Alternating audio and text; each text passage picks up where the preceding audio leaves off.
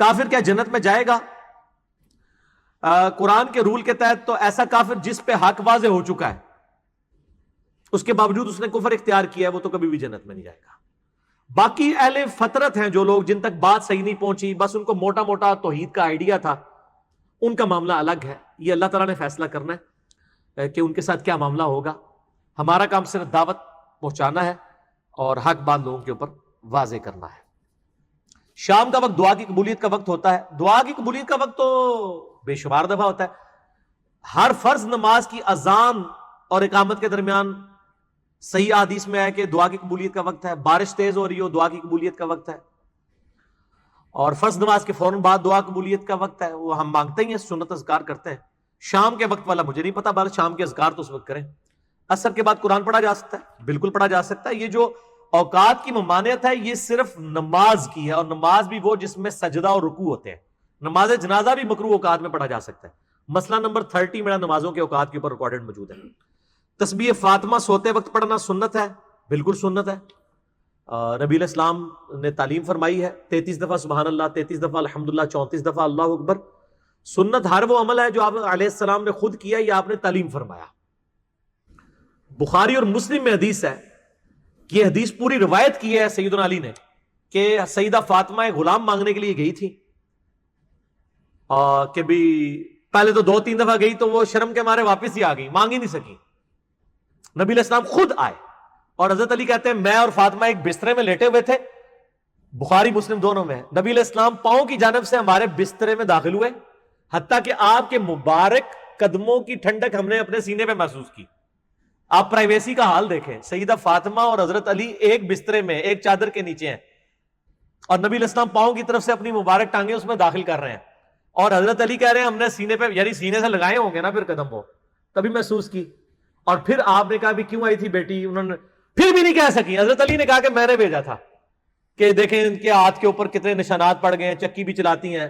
یہ ہماری آج کی انڈیا پاکستان کی عورتیں جو کہتی ہیں جی عورت ذمہ سے کچھ بھی نہیں ہے، حضرت فاطمہ تو ذمہ سارا کچھ سی، ٹھیک ہے، وہ چکی بھی چلاتی تھی، وہ سارے کام کرتی تھی۔ اور پھر یہ جو وائزین ہیں بڑا حساس کے اس قسم کی باتیں عورتوں کو بتا بتا کے باغی کر رہے ہوتے ہیں۔ تو پھر نبی علیہ السلام نے فرمایا میں تمہیں اس سے بہتر چیز دیتا ہوں کہ جب بسترے پہ آؤ 33 دفعہ سبحان اللہ، 33 دفعہ الحمدللہ، 34 دفعہ اللہ اکبر۔ اور یہ تسبیحات بخاری اور مسلم میں فرض نماز کے بعد بھی آئی ہیں۔ سمندر کے برابر بھی، جھاگ کے برابر بھی گناہ ہے تو دھل جائیں گے، بخاری مسلم کے الفاظ۔ 100 پورا کرنے کے لیے یا تو ایک دفعہ اللہ اکبر کہہ دیں، تینوں 33 دفعہ پڑھیں، اور ایک دفعہ اللہ اکبر کہہ کے تو 100 ہو جائے گا، یا تینوں 33 دفعہ اور 100 پورا کرنے کے لیے لا الہ الا اللہ وحدہ لا شریک لہ لہ الملک ولہ الحمد وہو علی کل شیء قدیر۔ یہ ہمارے گرین کارڈ کے اوپر لکھا ہوا ہے۔ اور رات کو سوتے وقت جو ہے وہ 33 اور 34 ہے، 33 دفعہ سبحان اللہ، 33 دفعہ الحمدللہ، 34 دفعہ اللہ اکبر۔ اور سیدنا علی کہتے ہیں کہ نبی علیہ السلام نے جب وظیفہ دیا تو اس کے بعد میں نے کبھی بھی نہیں چھوڑا۔ لیکن یہ حدیث یہاں پہ ختم نہیں ہوتی۔ بخاری اور مسلم میں اسی حدیث کے آگے الفاظ ہیں کہ ایک تابعی نے پوچھا کہ جنگ صفین کی راتوں میں بھی آپ یہ وظیفہ کرتے تھے؟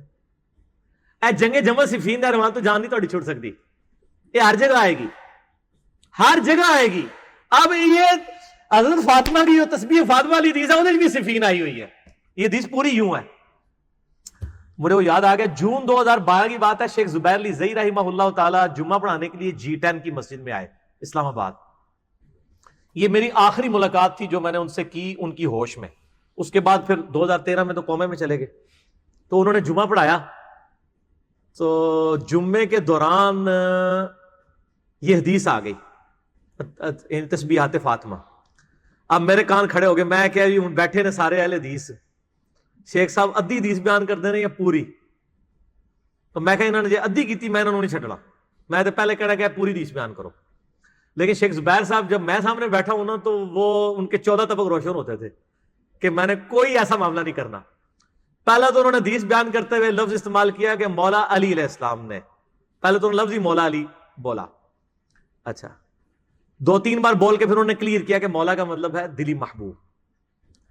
اور پھر یہ حدیث بیان کر کے نا پھر اینڈ پہ کہتے ہیں کہ بھی ایک تابعی نے پوچھا کہ جنگ صفین کی راتوں میں بھی آپ یہ وظیفہ کرتے تھے تسبیحات فاطمہ والا؟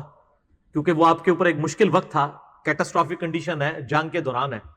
تو مولا علی نے پھر اس کے جواب میں کہا کہ اللہ کی قسم میں نے صفین کی راتوں میں بھی یہ وظیفہ نہیں چھوڑا، میں نے ہمیشہ اس کو حرز جام بنایا اس وظیفے کو.